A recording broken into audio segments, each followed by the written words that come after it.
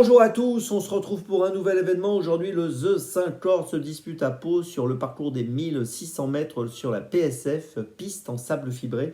Ils sont 16 à s'affronter dans cette course qui s'annonce très ouverte, beaucoup de possibilités dans cette rencontre où les chevaux se tiennent de près. Alors, on va essayer de trouver bien sûr la solution en 6 comme tous les jours pour ce The 5 Corps et tous les paris associés, jeux simples, jumelés, trio, etc. Mais avant de démarrer, je vous rappelle que vous pouvez vous abonner à la chaîne YouTube de The Turf. Vous pouvez aussi activer la cloche pour être informé dès qu'un nouvel épisode est posté. Et puis, n'oubliez pas, le jeu responsable, les mentions qui sont en bas de l'écran ici, c'est important. Allez, on y va, on commence. Mais j'ai placé en tête de mon choix le numéro 11, Ken Daya, qui est une concurrente qui a 5 ans, qui a peu couru. Elle a 5 ans, mais elle n'a couru que 7 fois. Elle a fini 5 fois dans les 5, c'est plutôt très bien. Elle reste sur une 3e place sur cette piste de Pau le 22 janvier sur un parcours un peu plus court, 1400 mètres. Auparavant, elle avait bien couru à Deauville sur 1300 mètres 2 fois où elle avait fini 5e et 4e au mois de décembre. L'autre jour, elle aurait pu finir un peu plus près. Elle a vraiment fourni une jolie fin de course. Et je pense qu'avec le parcours des 1600 mètres, ça devrait jouer pour elle, ça devrait jouer à son avantage. Et voilà, je pense qu'elle est capable de jouer le premier rôle dans cette course. Je lui fais confiance, je la place en tête. En deuxième position, j'ai retenu le numéro 9, Loper. Alors Loper reste sur une tentative correcte. Elle a fini 6e d'un handicap première épreuve le 4 janvier. Auparavant, elle avait gagné le 10 décembre sur ce parcours des 1600 mètres. L'autre jour, le 4 janvier, elle aurait pu finir plus près. Ça n'a pas été très fluide pour elle en fin de parcours. Et je pense que si tout se passe bien aujourd'hui, elle est capable de monter sur le podium.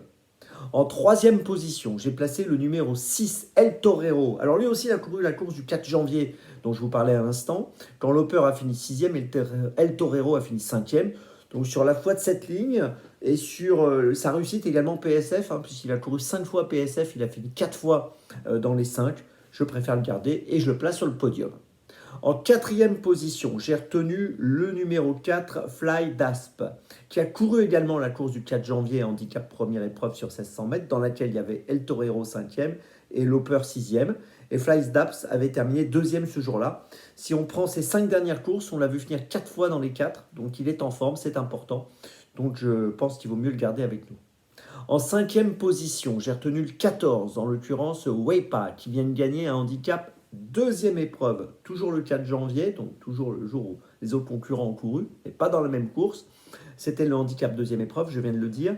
Depuis cette sortie, sa situation au poids évolue à la hausse, plus 3 kg. C'est pour ça finalement qu'on le retrouve à ce niveau.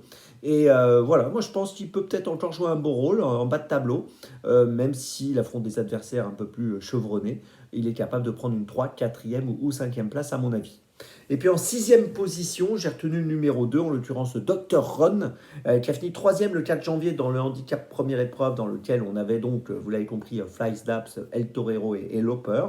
Ce jour-là, il terminait 3e, c'était correct. Il est entraîné par Didier Guillemin, un entraîneur sérieux, donc il vaut mieux le garder, à mon avis, en fin de combinaison.